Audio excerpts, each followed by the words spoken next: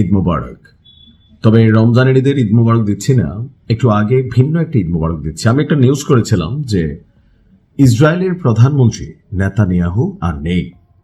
তো অনেকে এটা নিয়ে আমাকে বলছেন যে তুমি একটু বাড়াইয়াই বলো, তোমার কাছে এভিডেন্স কি।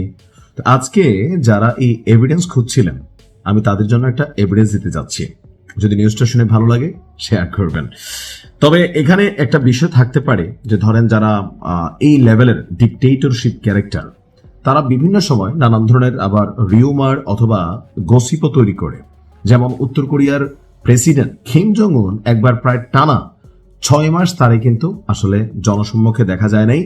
তো তখন একটা রিউমার উঠছিল যে ক্যান্সারের চিকিৎসা চলছে, কিম জং উন মারা গেছে, উত্তর কোরিয়াটাকে লুকায় রাখতেছে। পরবর্তী সময় 6 মাস পরে কিম জং উন কিন্তু সামনে আসছিল। ইসরায়েলের প্রধানমন্ত্রীর ব্যাপারে কি এইরকম কোনো কিছু, নাকি আসলে ভিন্নতা? তবে কিম জং উনের উত্তর কোরিয়ার সিচুয়েশন আর ইসরায়েলের প্রধানমন্ত্রীর আজকের সিচুয়েশনের মধ্যে পার্থক্য আছে। কারণ কিম জং উনের দেশের সাথে কোনো যুদ্ধকালীন পরিস্থিতি ছিল না। আজকে যখন আমরা কথা বলছি নেতানিয়াহুকে নিয়ে, যুদ্ধকালীন এই 16তম দিনে এসে যে একটা গুরুত্বপূর্ণ বৈঠক বসছে, যেই বৈঠক কখনোই নেতানিয়াহু মিস করে নাই, আজকে যখন ওই বৈঠকে নেতানিয়াহুর আসনটি খালি, তখন গুঞ্জন জোরালো হচ্ছে, তাহলে কি সত্যি ইরানের হাতে মারা গেছে নেতানিয়াহু? দর্শক, ইরানের সাথে পূর্ণমাত্রা যুদ্ধ শুরুর পর এই প্রথমবারের মতন কোন উচ্চ পর্যায়ের নিরাপত্তা ক্যাবিনেট বৈঠকে উপস্থিত হয়নি আপনার ইসরায়েলের প্রধানমন্ত্রী নেতানিয়াহু। আগাম ঘোষণা বা ব্যাখ্যা ছাড়াই প্রধানমন্ত্রীর এই রহস্যজনক অনুপস্থিতি নিয়ে ইসরায়েল জুড়ে যেমন গুঞ্জন আছে, পশ্চিমা বিশ্ব গুঞ্জন জোরালো হচ্ছে।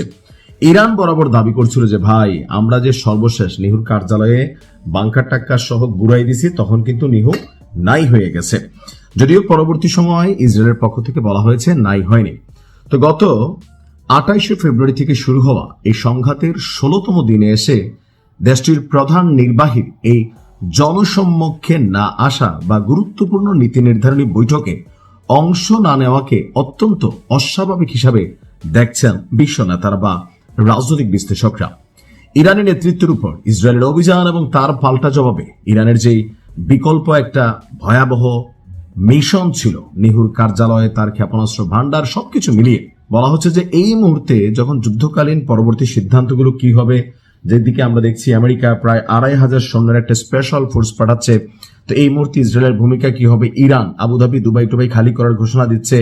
তো সেই বৈঠকে যখন এই গুরুত্বপূর্ণ যুদ্ধ নিয়ে মিটিং হলো, সেখানে নিহুর অনুপস্থিতি এটা প্রশ্ন তুলেছে, যেখানে বরাবরই এই বৈঠকটি পরিচালনাই করে থাকেন এই দেশটির প্রধানমন্ত্রী। জর্ডান ভিত্তিক সংবাদ মাধ্যম রয়া নিউজ বলছে যে গুরুত্বপূর্ণ সামরিক সিদ্ধান্ত নেওয়ার দিন নিহুর অনুপস্থিতি তার মৃত্যুর গুঞ্জনকে জোরালো করছে। তার পরিবর্তে জ্যেষ্ঠ সামরিক কর্মকর্তা এবং মন্ত্রীরা এই বৈঠকে নেতৃত্ব দিয়েছে। ইরানের সাম্প্রতিক ক্ষেপণাস্ত্র হামলায় ইসরায়েলি কমান্ড সেন্টার লক্ষ্যবস্তু হওয়ার পর থেকে এই রহস্য আরো ঘনীভূত হচ্ছে। আন্তর্জাতিক গণমাধ্যম গ্লোব অবজারভার তাদের একটা প্রতিবেদন বলছে, আজকের এই উচ্চ স্তরের নিরাপত্তা বৈঠকে নিহুর অনুপস্থিতি একটা বার্তা তৈরি করছে।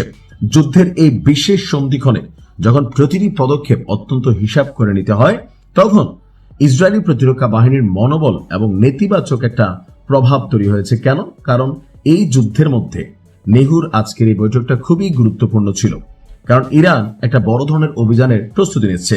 তো ঠিক সেই মুহূর্তে এসে প্রধানমন্ত্রীর এই অনুপস্থিতি বিশ্বজুড়ে যেমন গুঞ্জন তৈরি করছে, ইরান বরাবরই যে দাবি করছে সেই দাবির পক্ষে একটা এভিডেন্সমূলক অবস্থান আমারও মনে হয় যে এখানে তৈরি হয়েছে। তবে এটা শতভাগ নিশ্চিত করে বলা যাচ্ছে না যে মারা গেছেই, কিন্তু আমরা যে দাবিটা তুলছি সে দাবির সপক্ষে কিন্তু একটা শক্তিশালী এভিডেন্স হিসেবেই পরিগণিত হচ্ছে।